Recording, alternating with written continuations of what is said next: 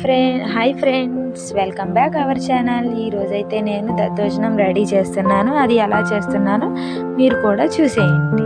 Stove మీద ఒక కడాయి పెట్టుకొని అది హీట్ అయిన తర్వాత 2 టేబుల్ స్పూన్ గీ వేసుకొని అది కొంచెం హీట్ అయిన తర్వాత 2 టేబుల్ స్పూన్ తాలింపులు వేసుకొని తాలింపులు చిటపటలాడాలి ఫ్రెండ్స్.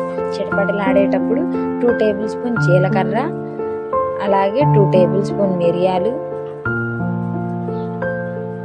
వేసుకొని బాగా కలుపుకొని 2 ఎండుమిర్చి, అలాగే పచ్చిమిర్చి వేసుకొని 2 రెబ్బలు కరివేపాకు వేసుకొని బాగా కలుపుకొని, అలాగే చిన్న ముక్క అల్లం ముక్క తరిగింది అది కూడా వేసుకొని పచ్చివాసన పోయేదాకా కలుపుకొని కొంచెం మగ్గించుకొని పక్కన పెట్టుకోవాలి ఫ్రెండ్స్. అలాగే రైస్ తీసుకోవాలి. ఒక బౌల్లో వేసుకొని రైస్, వేడి రైస్లో తగినంత సాల్ట్ వేసుకొని బాగా కలుపుకోవాలి.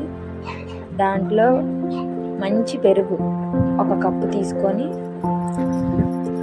ఆ రైస్లో బాగా కలుపుకోవాలి ఫ్రెండ్స్.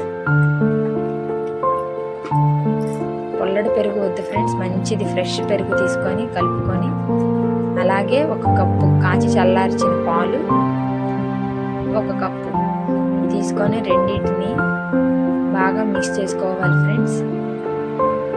జారుగా ఉండాలి, గట్టిగా చేసుకోకూడదు, జారుతూ ఉండాలి.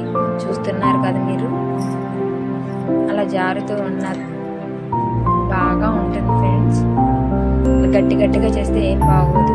అలాగే తాలింపు చేసుకున్న మొత్తం మిశ్రమాన్ని దాంట్లో కలుపుకొని వేసుకొని బాగా మిక్స్ చేసుకుంటే దద్దోజనం రెడీ.